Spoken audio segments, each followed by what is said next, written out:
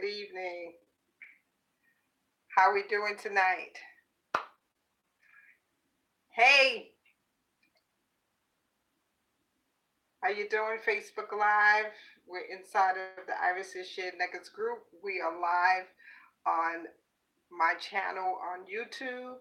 We are live on Periscope. How we doing tonight, Periscope? Just get a little comfortable here. Make sure I have the book. We are continuing in the book tonight. Hey, Mandy. Welcome on board. Welcome, welcome, welcome.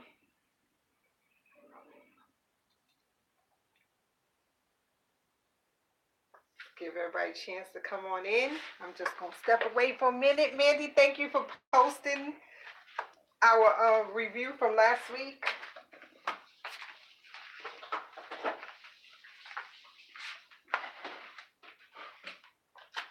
All right, here I go. Come on in, come on in. Let me know that you're here. Give me a thumbs up, give me a like, give me a hi, give me a hey. Come on in. We're going to pick up where we left off.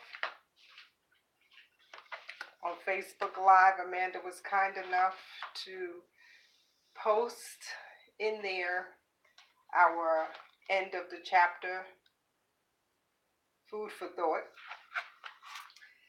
And it's called, that section is called Your Turn. So for you to look at what was discussed in that chapter in relation to your personal experience. So,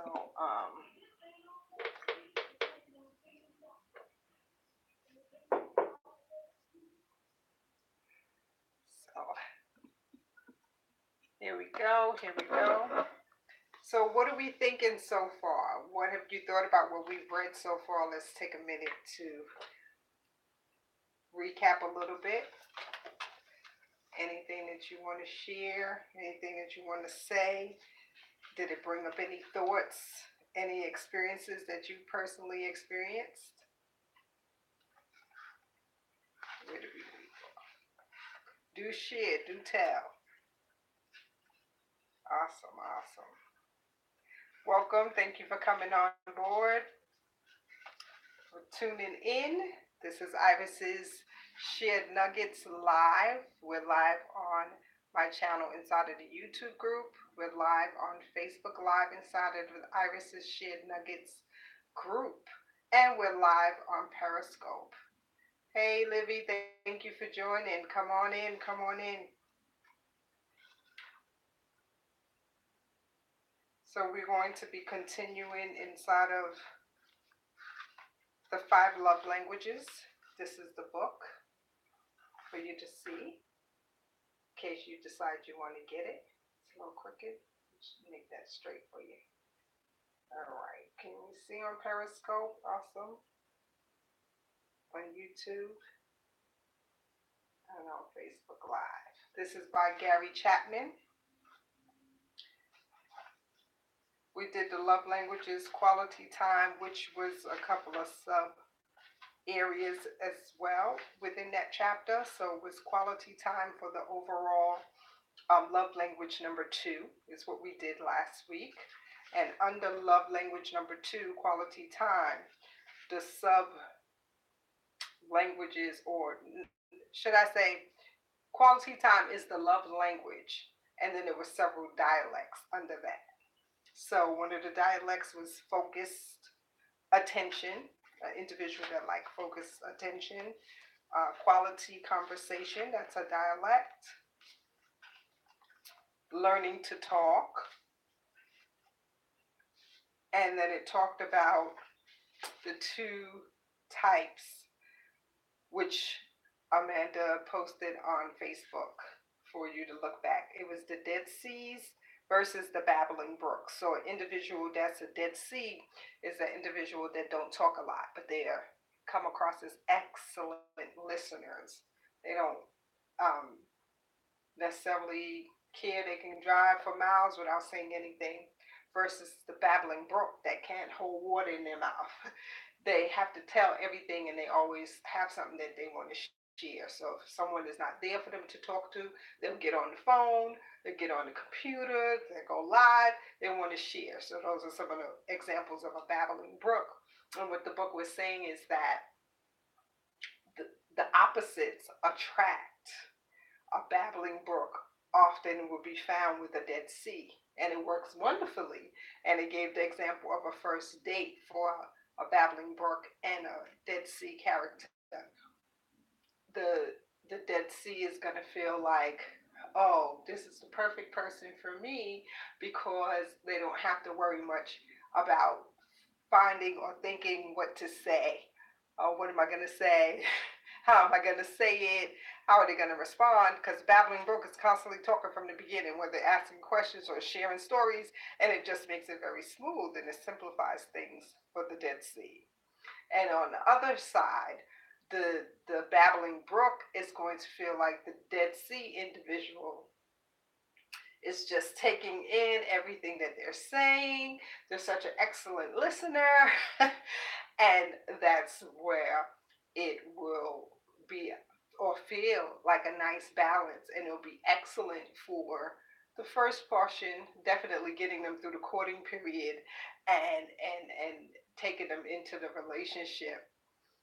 But at a point, it could be a year later, it could be 2 years later, gets to a point where the the babbling brook feels like they don't know anything about the Dead Sea. Like if say if the Dead Sea is the male, she's saying, "Oh, I don't know anything about him. He never talks. He never does this. He never." And the Dead Sea, the husband, or it could be the wife, is going to feel like I know too much about you, about the babbling brook, about their partner. So that was pretty much how um, that example went, and then it talked about quality activities. So that's more or less another dialect, an individual that likes to do or quality activities. It's about sharing the time. And then it gave a breakdown of the quality time and those questions that had 8 questions. Okay, so that was how we ended off last week with those questions, and they were touched on. Nicole was on last week and she helped some. So that was great. And so, Mandy, now that you're on, I'm looking for you to hold me down with the comments from the chapter. And thank you for those that joined us that came in. Welcome, welcome, welcome. And we are going to, hey, Nikki, you're here. Welcome, glad you could join tonight. You got to let me know when we're going to have that special guest. We got to set that up, and I'm willing to do a separate broadcast, go live, and have our special guest. So let's talk about that a little bit later. Okay? So we just did a recap from last week of chapter 2, or not chapter 2, but love language number 2. That was actually chapter number 5. So we're going to chapter 6, which is love language number 3. So hopefully I don't get a dry throat because I was looking to see if I brought my water and I don't have my water, but we're going to be good. I'll do a pause and get some feedback from you if I start feeling a little dry. All right, here we go. So what did we say language number 3 was? Anybody remember?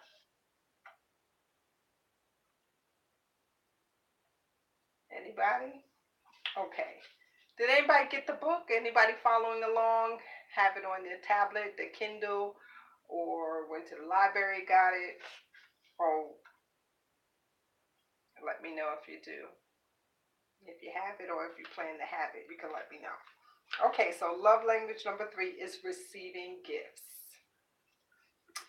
For those that love gifts, and that could be the husband, the wife, the male or the female in the relationship. There's no gender preference for any of these languages. These love languages could be either the male or the female. All right, so receiving gifts. Eric spent a year in Kelsey's friend zone before she agreed to go out with him. Since they were both big baseball fans, Eric took her to a minor league game in Indianapolis. They were sitting in a grassy area beyond the left field fence when suddenly a hard hit drive came their way. Eric jumped up and made an impressive barehanded catch, his first home run grab ever. 2 days later, Kelsey found a gift wrapped package outside her dorm room.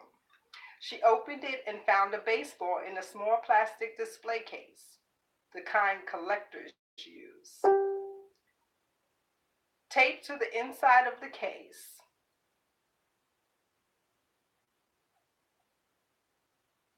was a ticket stub from the game. Inscribed on the ball was the date of the game and these words: first home run catch, second best thing to happen to me that day. They were married 2 years after that first date. 15 years later, that baseball, still in the display case, sits on Kelsey's dresser where she can see it every day. It is the first thing she would grab if the house was on fire. A reminder of love. When I studied anthropology, I was able to visit people groups all over the world. I went to Central America and studied the advanced cultures of the Mayans and the Aztecs. I crossed the Pacific and studied the tribal peoples of Melanesia and Polynesia.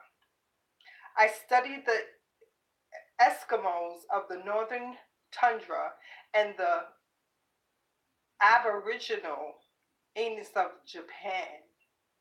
I examined the cultural patterns surrounding love and marriage and found that in every culture I studied, gift giving was a part of the love marriage process.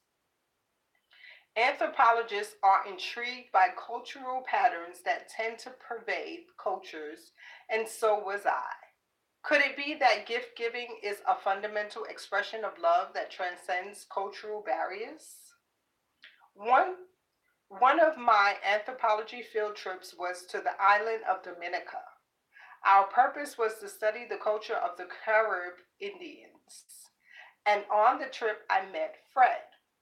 Fred was not a Carib, but a young black man of 28 years. Fred had lost a hand in a fishing by dynamite accident. Since the accident, he could not continue his fishing career. He had plenty of available time, and I welcomed his companionship. We went hours together talking about his culture. Upon my first visit to Fred's house, he said to me, "Mr. Gary, would you like to have some juice?" To which I responded enthusiastically. He turned to his younger brother and said, "Go get Mr. Gary some juice." His brother turned, walked down the dirt path, climbed a coconut tree, and returned with a green coconut. Opened it, Fred, Open it, Fred commanded. With 3 swift movements of the machete, his brother uncorked the coconut, leaving a triangular hole at the top. Fred handed me the coconut and said, "Juice for you?" It was green, but I drank it, all of it, because I knew it was a gift of love. I was his friend, and to friends you give juice. At the end of our weeks together, as I prepared to leave that small island, Fred gave me a final token of his love. It was a crooked stick, 14 inches in length, that he had taken from the ocean. It was silky smooth from pounding upon the rocks. Fred said that the stick lived on the shores of Dominica for a long time, and he wanted me to have it as a reminder of the beautiful island. Even today, when I look at that stick, I can almost hear the sound of the Caribbean waves, but it is not as much a reminder of Dominica as it is a reminder of love. A gift is something you can hold in your hand and say, "Look, he was thinking of me," or "she remembered me." You must be thinking of someone to give him a gift. The gift itself is a symbol of that thought. It doesn't matter whether it costs money.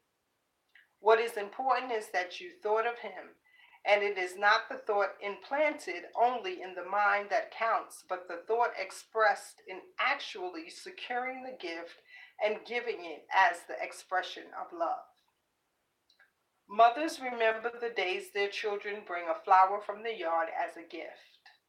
They feel loved even if it was a dandelion or a flower that didn't want picked. They didn't want picked. From early years, children are inclined to give gifts to their parents, which may be another indication that gift giving is fundamental to love. Gifts are visual symbols of love. Most wedding ceremonies include the giving and receiving of rings. The person performing the ceremony says, "These rings are outward and visible signs of an inward and spiritual bond that unites your two hearts in love that has no end."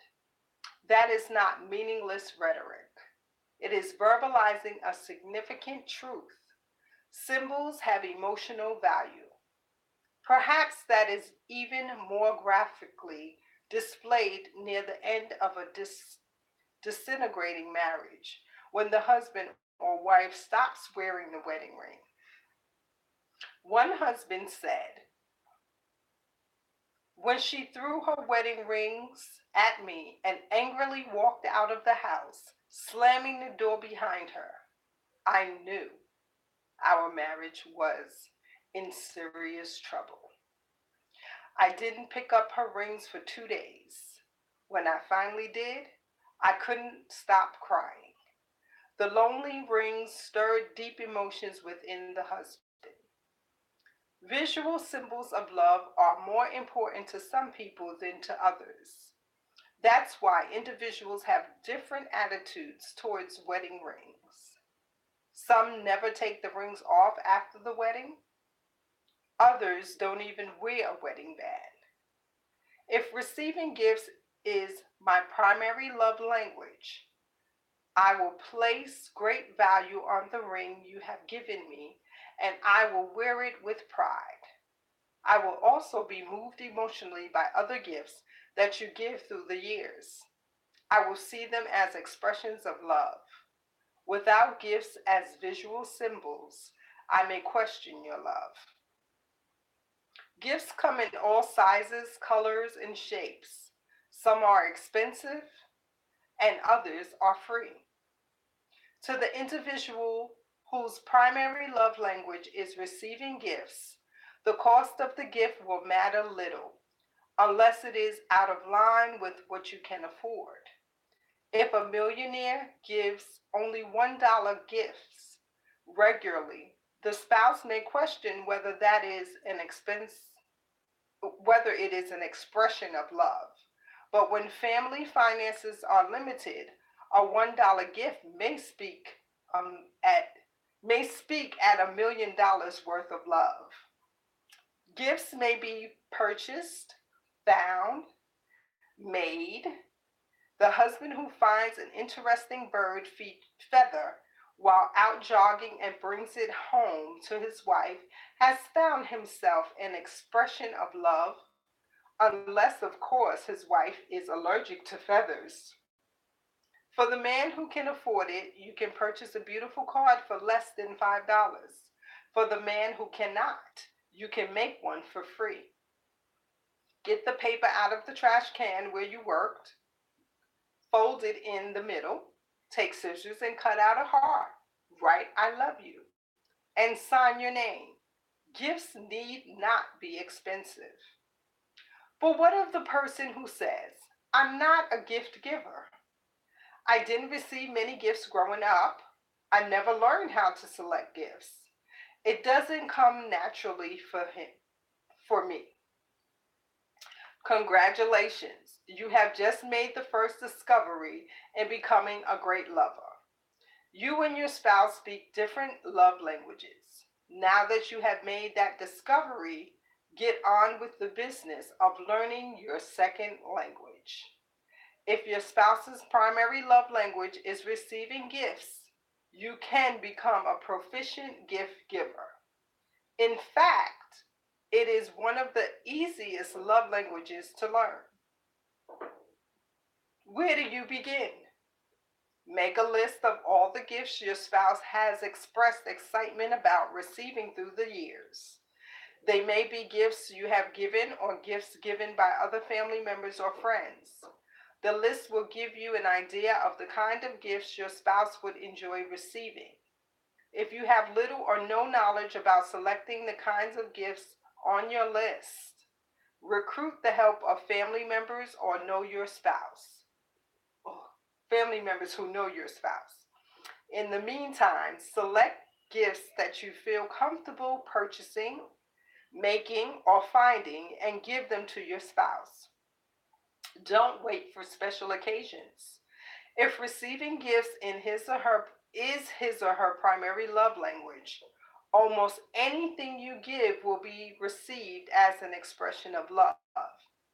If she has been critical of your gifts in the past and almost nothing you have given has been acceptable, then receiving gifts is almost certainly not her primary love language. All right, how we doing? That's interesting, right? The best investment. If you are to become an effective gift giver, you may have to change your attitude about money. Each of us has an individualized perception of the purposes of money, and we have various emotions associated with spending it. Some of us have a spending orientation. We feel good about ourselves when we are spending money. Others have a saving and investing perspective. We feel good about ourselves when we are saving money and investing it wisely. If you are a spender, you will have little difficulty purchasing gifts for your spouse, but if you are a saver, you will experience emotional resistance to the idea of spending money as an expression of love. You don't purchase things for yourself. Why should you purchase things for your spouse? But that attitude fails to recognize that you are purchasing things for yourself. By saving and investing money, you are purchasing self worth and emotional security. You are caring for your own emotional needs in the way you handle money. What you are not doing is meeting the emotional needs of your spouse.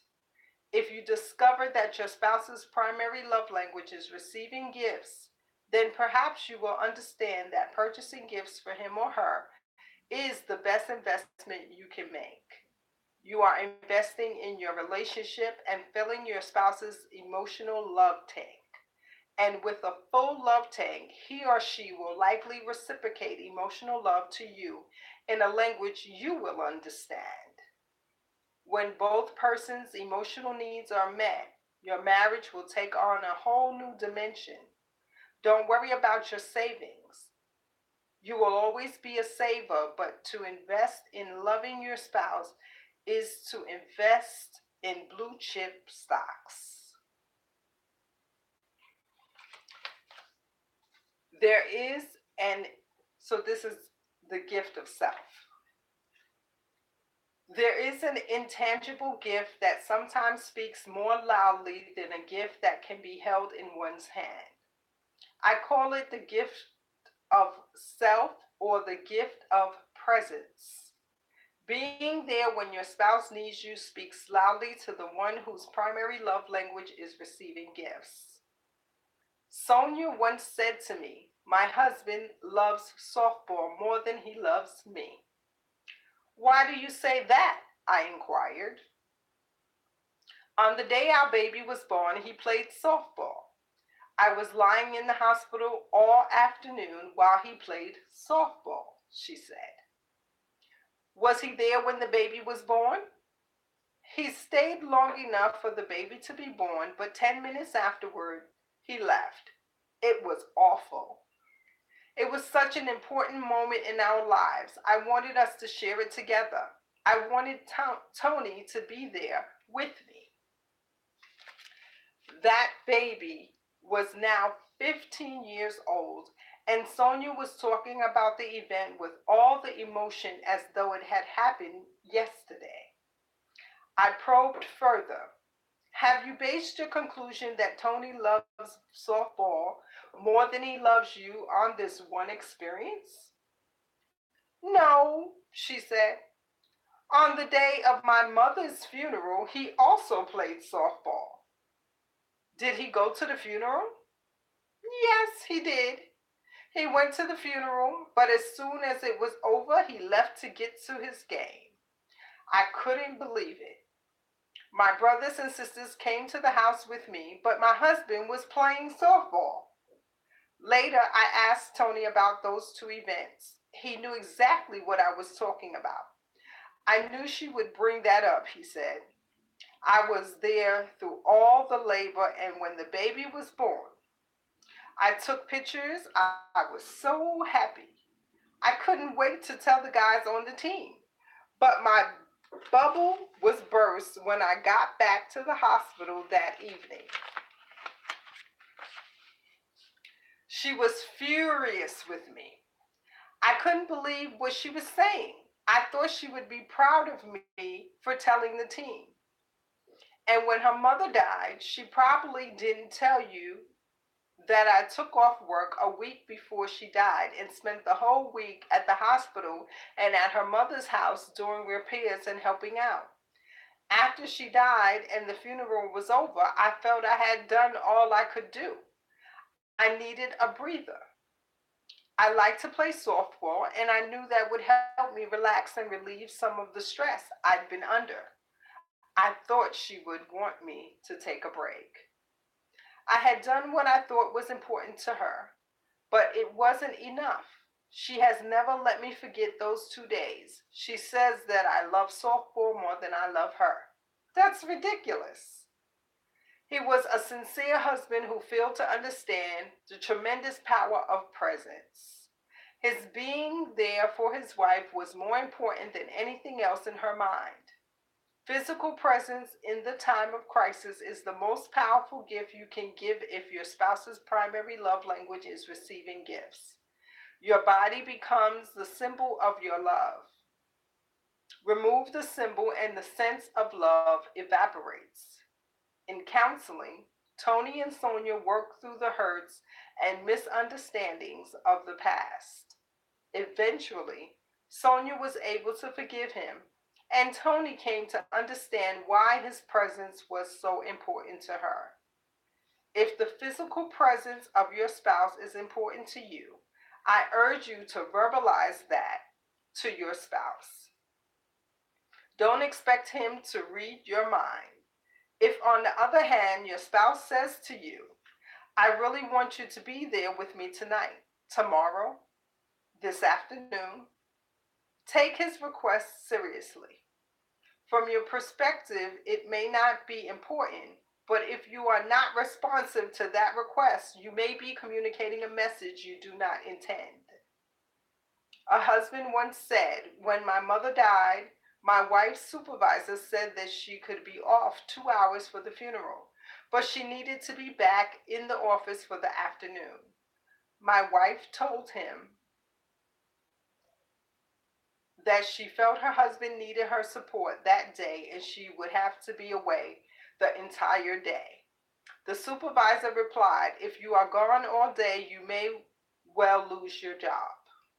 My wife said, my husband is more important than my job. She spent the day with me. Somehow that day, I felt more loved by her than ever before. I have never forgotten what she did. Incidentally, she didn't lose her job. Her supervisor soon left and she was asked to take his job. That wife had spoken the love language of her husband, and he never forgot it.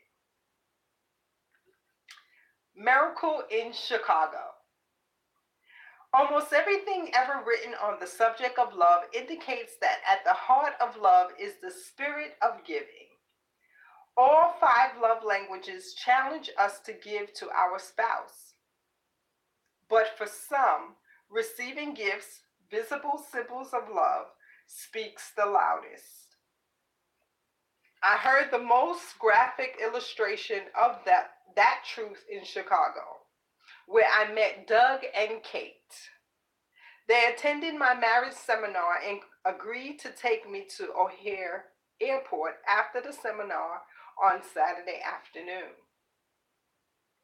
We had 2 or 3 hours before my flight, and they asked if I would like to stop at a restaurant. I was famished, so I readily assented. Kate began talking about almost immediately. Kate began talking almost immediately after we sat down. She said, "Dr. Chapman, God used to perform a miracle in our marriage." Oh, she said, let me rephrase that. She said, "Dr. Chapman, God used you to perform a miracle in our marriage.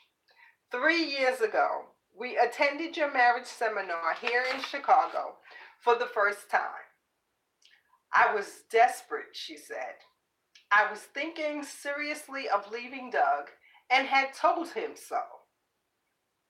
Our marriage had been empty for a long time. I had given up. For years, I had complained to Doug that I needed his love, but he never responded. I loved the children, and I knew that he loved me, but I felt nothing coming from Doug. In fact, by that time, I hated him. He was a meth- methodical person. Methodical person. He did everything by routine. He was as predictable as a clock, and no one could break into his routine.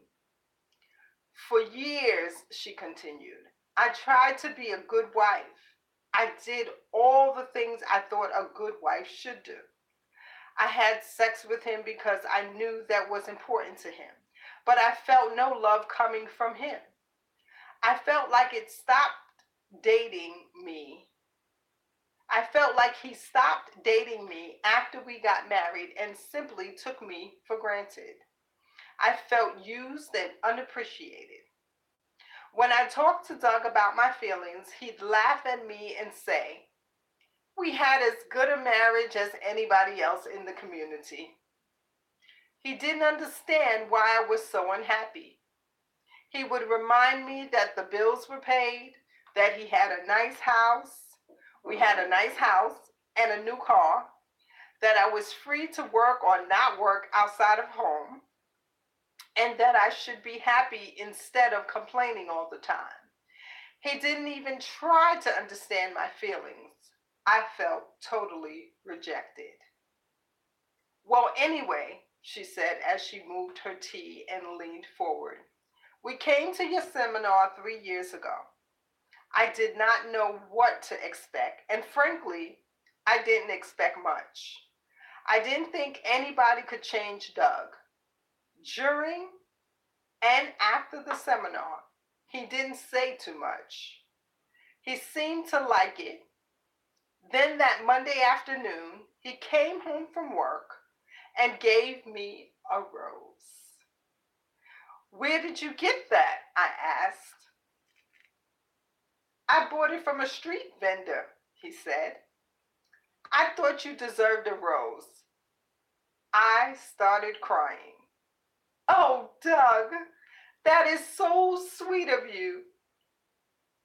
On Tuesday, he texted me from the office at about 1:30 and asked me what I thought about his picking up a pizza for dinner. That may not sound like a big deal to most people, but Doug never does anything like that. I told him I thought the idea was wonderful. And so he brought home a pizza and we all had a fun time together. I gave him a hug and told him how much I enjoyed it. When he came home on Wednesday, he brought each of the kids a box of Cracker Jacks and he had a small potted plant for me. He said he knew the rose would die and he thought I might like something that would be around for a while. I was beginning to think I was hallucinating. I couldn't believe what Doug was doing or why he was doing it. Thursday night after dinner, he handed me a card with a message about his not always being able to express his love to me, but hoping that the card could communicate how much he cared. Why don't we get a babysitter on Saturday night and the two of us go out for dinner? He suggested. That would be great, I said. On Friday afternoon, he stopped by the cookie shop and bought each of us one of our favorite cookies. Again, he kept it as a surprise, telling us only that he had a treat for dessert. By Saturday night, he said I was in orbit. I had no idea what had come over Doug or if it would last, but I was enjoying every minute of it. After our dinner at the restaurant, I said to him, Doug, you have to tell me what's happening. I don't understand. She looked at me intently. Dr. Chapman, this was a man who never gave me a gift ever. He never gave me a card for any occasion. He always said, it's a waste of money. You look at the card and throw it away. He never bought the children anything and expected me to buy only the essentials. He expected me to have dinner ready every night. I mean, this was a radical change in his behavior. I turned to Doug and asked, what did you say to her in the restaurant when she asked you what was going on? I told her that I had listened to your lecture on love languages at the seminar and that I realized that her love language was gifts. I also realized that I had not given her a gift in years, maybe not since we had been married. I remembered that when we were dating, I used to bring her flowers and other small gifts. But after marriage, I figured we couldn't afford that. I told her that I had decided that I was going to try to get her a gift every day for 1 week and see if it made any difference in her. I had to admit that I had seen a pretty big difference in her attitude during the week. I told her that I realized that what you said was really true and that learning the right love language was the key to helping another person feel loved. I said I was sorry that I had been so dense for all those years and had failed to meet her need for love. I told her that I really loved her and that I appreciated all the things she did for me and the kids. I told her that with God's help, I was going to be a gift giver for the rest of my life. She said, but Doug, you can't go on buying me gifts every day for the rest of your life. We can't afford that. Well, maybe not every day, I said, but at least once a week. That would be 52 more gifts per year than what you have received in the past 5 years. I don't think he has missed a single week in 3 years, Kate said. He is like a new man. You wouldn't believe how happy we have been. Our children call us lovebirds now. My tank is full and overflowing. I looked at Doug, but what about you, Doug? Do you feel loved by Kate? Oh, I've always felt loved by her, Dr. Chapman. She does so much to help me and the kids. She takes care of the finances, knows where we all have to be when, stays in touch with my family on Facebook. I know she loves me. He smiled and said, now you know what my love language is, don't you? I did. And I also knew why Kate had used the word miracle. Gifts need not be expensive, nor must they be given weekly. But for some individuals, their worth has nothing to do with monetary value and everything to do with love. And that brings us to the end of that chapter on gift giving. And so the section at the end, as always, is your turn. Reflect on ways to give gifts even if finances are tight. And I'll read it again. Reflect on ways to give gifts even if finances are tight. And that's the your turn suggestion. Awesome. So here's reflection of that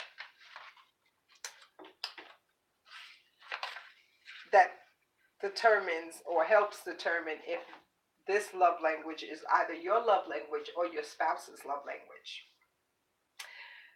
We know that this love language number 3 is titled receiving gifts.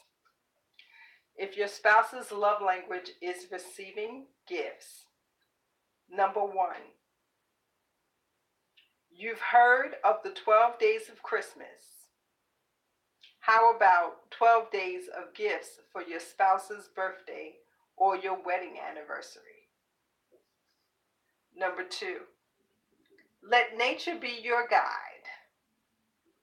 The next time you take a walk through the neighborhood, keep your eyes open for a gift for your spouse.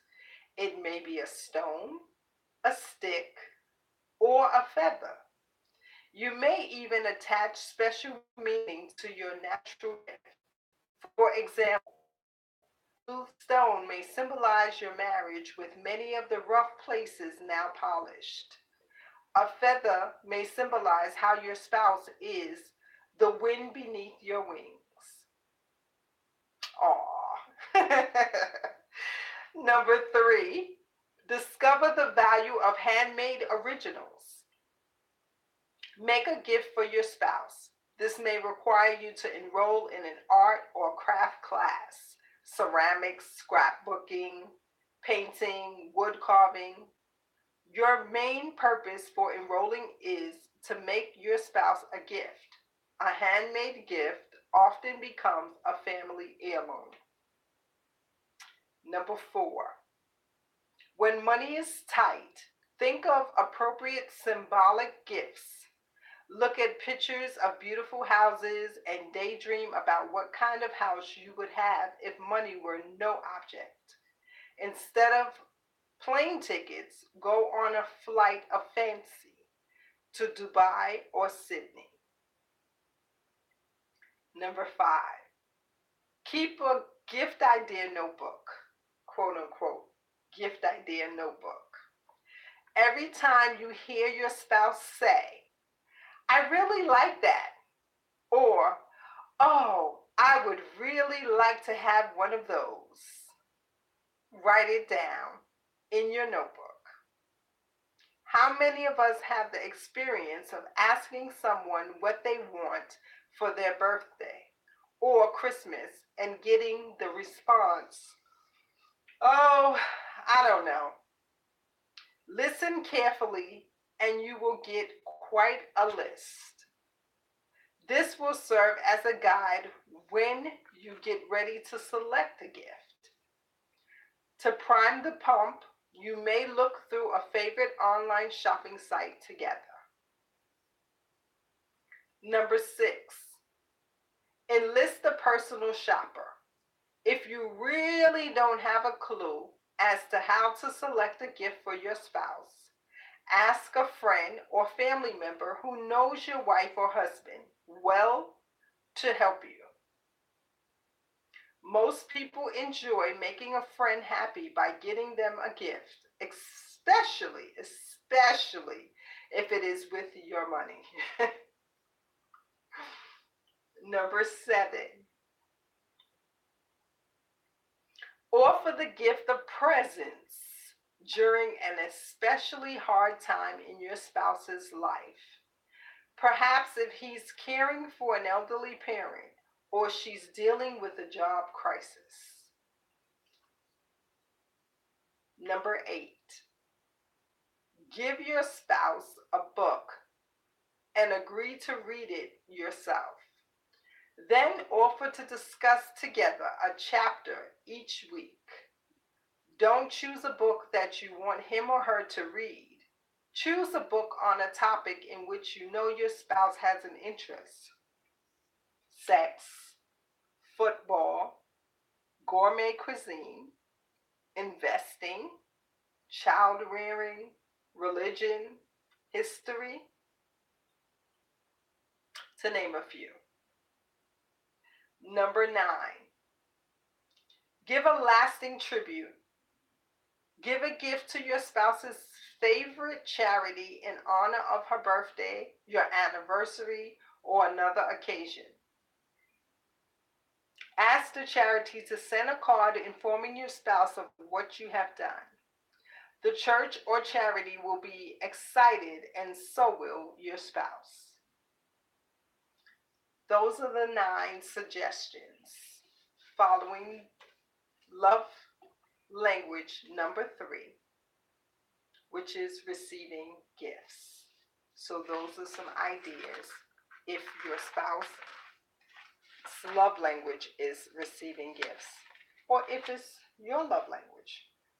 If those things sound like things that you like to do, you like to receive, or how you like to be treated, those things are things that brighten your day, make you feel the love, then that is your language. Now, we talked before that an individual could have more than one language, but there's always a primary. So determining what your primary love language, your number one love language, determining what your spouse or your partner's primary love language is, and then under that love language, if there's different dialects, different ways to appease or please your spouse, knowing what those are, as well as getting to the point as you have identified the primary love language, you start to see other things, and you start filling the love tank. Start putting the love in the tank, starts increasing, and you start feeling the reciprocation of the love that you're giving and filling your spouse's love tank.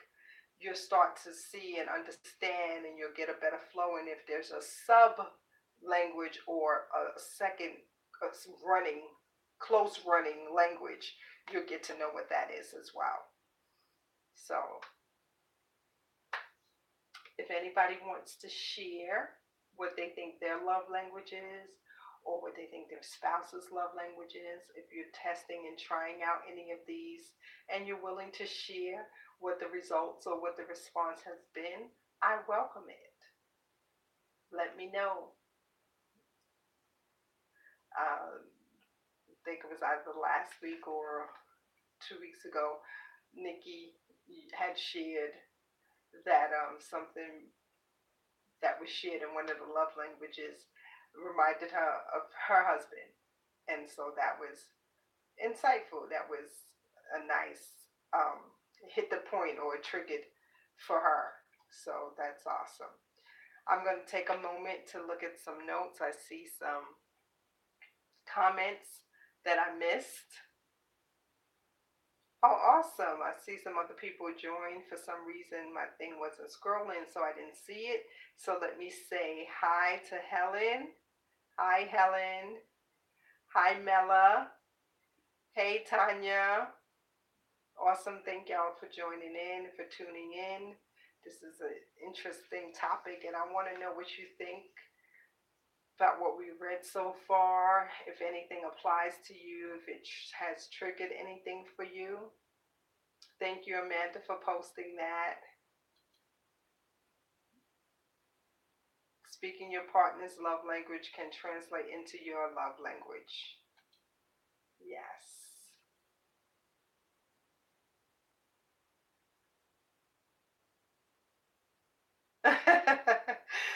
Nicole said, yes, Doug.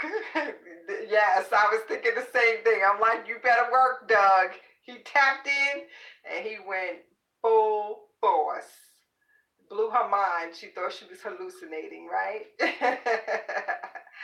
Yes, I like that story too. See, I got a little animated with it.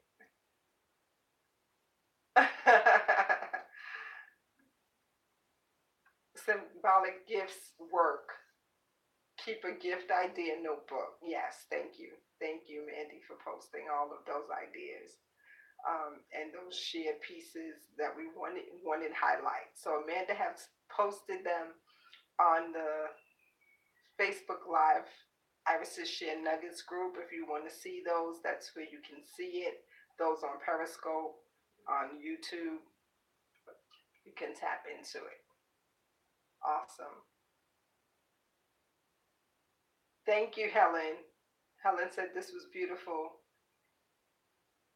and that her love language has always been getting pleasure in giving gifts and seeing the joy and appreciation. So she's a gift giver and she enjoys giving gifts. So that would not be your primary love language. Yes, you enjoy giving gifts, but see if you can identify what your primary love language is. So you get joy out of giving gifts. And it's most enjoyable if that person that you're giving it to, their love language is receiving gifts. Then, yes, that would really make you feel good because you're pleasing the other person and you're speaking their language, their quote unquote language. So that's awesome. Well, what's your love language? What do you think your primary love language is? All right.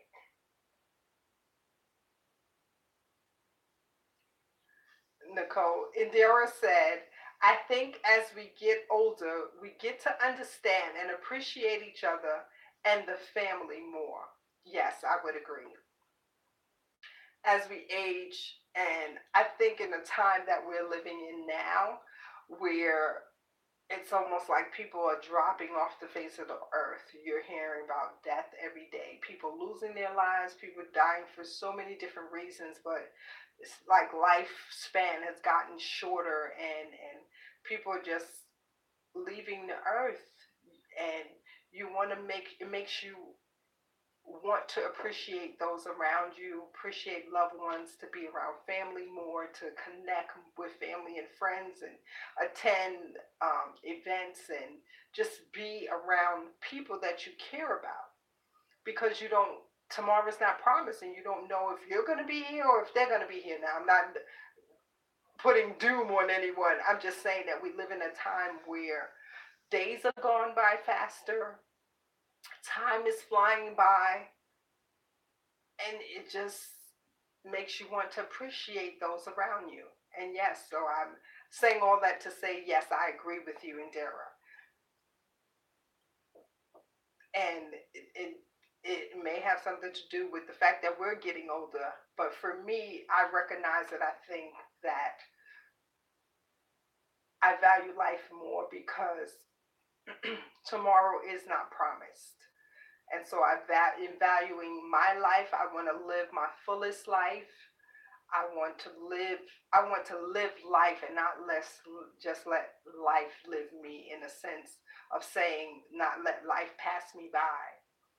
And so, for me, it's fulfilling to me to live life, but also to appreciate and spend time with family and share with family and friends, those that I love being around with, those I love being in the company of, and love being in my company, that is a mutual or reciprocal effect, that I want to do more of that, because tomorrow is not promised. So yeah, thank you. Thank you for that, Nicole. Yes.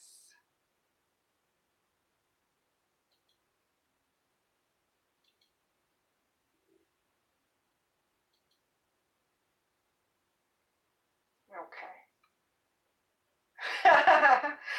Amanda said all of them are her love languages. I think maybe the first time I read the book, um, I felt like, oh my God, I'm a little bit of all of these. But there is a primary. Believe me when I tell you, there is a primary. And I kind of want to save the in depth of that, because we can go there, but save it to the end of the book, so that way we have looked at all five of the love languages and can kind of compare and just really have broken them down and had discussion on all five of them. Then we can say, looking back at them, that might better help to determine the primary love language. Your primary. Remember, you could have more than one, but there's always one that's primary, that overrides all of them. If it's one that, if you didn't have it, you'll still be all right, or you'll be okay. But that primary, that just, you can't do without that. That makes you, that fulfills you. That is what fills your tank, your love tank. If you don't have that, you're running on empty. You have no gas, like no gas in the car. You can't go anywhere. You can't do anything. So it kind of gives you that empty, or that feeling of having a void. So that primary, that instantly takes care of that, removes that feeling. That is what your primary love language would be. Make sense? Amanda said it's, oh no, I'm sorry. Indira said it's hard to pick. Yes, it is. Think of it like this: it's not that you're actually picking, you're not picking. If we had to pick, they all sound nice, and the lovely stories that the book put with each one, sharing the his clients' feedback or responses, or sharing their personal stories. It kind of pulls at your heartstring, and tugs a little bit, or it may be something that you identify with, so you feel like, oh yeah, that's a good one. I like that love language. Oh yeah, I like getting that. I like getting that. It's beyond picking. It's that one that just does it all for you. It's the unspoken feeling. That one that achieves that unspoken. Make sense? Yes, yes. Yes, yes, Olivia. It already picked you. Yes, it picks you. The love language picks you. It's what makes you. It's a part of who you are. It's your core. It's part of your character. It's part of your being. It's part of what you value. So it's part of your value system. It's all of that. So it's bigger than just picking. We can pick one, what we like. Oh yeah, I like that. Oh yeah, I like gifts. Oh yeah, I like that. Oh yeah, that's nice too. And then it may be ones where you say like, yeah, that's so not me. That makes no difference to me. So yeah, but I can relate to those of you that are saying, oh, they're all good. Yeah, they're love languages. They're part of individuals, and we know, we all know someone that has all of them. and we can identify, and also I'm sure people come to mind when we're reading through and we're thinking of it. It's like, oh, that sounds like so and so. That must be so and so's love language. Yeah. So those thoughts come to you as well. But knowing what your primary, yes, Mandy. Yes, yes. All right. So this was really good. Anything else anybody else want to share? I want us to have some dialogue, put some comments, look back at the notes that's there, and share it. I hope that you shared this while we were live, as well as you can continue to share it after. It's good when you share it when we're live because they can come right in. But by all means, repost it, share it, and post it on your network so that your friends and your family can tap in and hear this and get into the discussion. So by all means, share it, share it, share it. Send your friends and your subscribers to the YouTube channel to also subscribe and become a part of that. And so I am live on YouTube as well. If you're on there, by all means, subscribe and become a part of that. I'm on Periscope, and we're just gonna see where we go. And of course, I'm always live on Facebook inside of the Irises Shared Nuggets group. And most times, if I do in between broadcasts or shares or interview anyone or do an event, I usually is most accessible. It's most accessible for me to do it inside of the Irises Shared Nuggets group or on Facebook Live and post it on the group. So that is where you can find even the in between um, little broadcasts or tap ins. Sometimes I call them just tap ins and shares. And so we do have some coming up. Hopefully, we're going to have a special little presentation from Indira's husband. So I'm looking forward to that. Yes, I'm putting it on blast because I'm expecting it, claiming that it'll happen. I think it'll be a nice little treat for us. And so, whatever we do live on the Facebook, I can upload it to YouTube. So we'll be saving them on there. So you'll be able to view them there too. And we can share them on there and grow that platform as well. All right. So it's 8:33.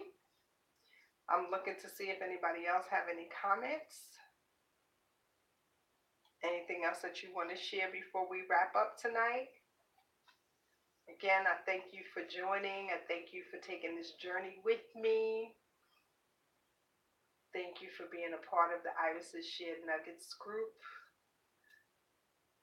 and for coming back weekly. We're here every Monday, 7:30 p.m. weekly. And so we'll just continue from there. So next week we'll be going to chapter 7, love language number 4, which is acts of service. Acts of service. Number 4. So it's wrapping up pretty quickly. And depending on, let me see, I'm just glancing to see how long that chapter is. Acts of service is not that long. We may be able to do 2 next week.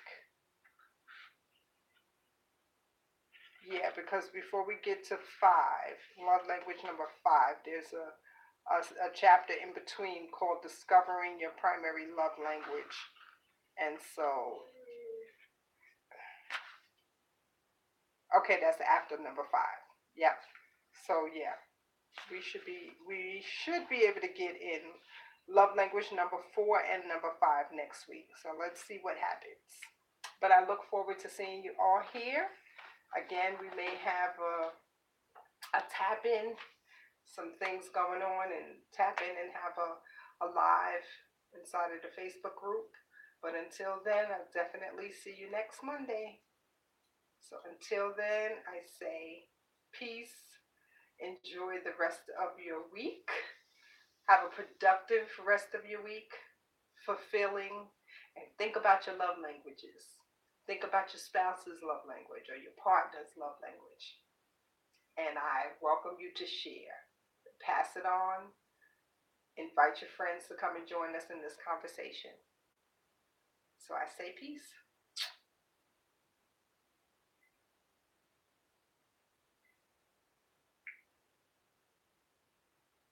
Good night, Periscope.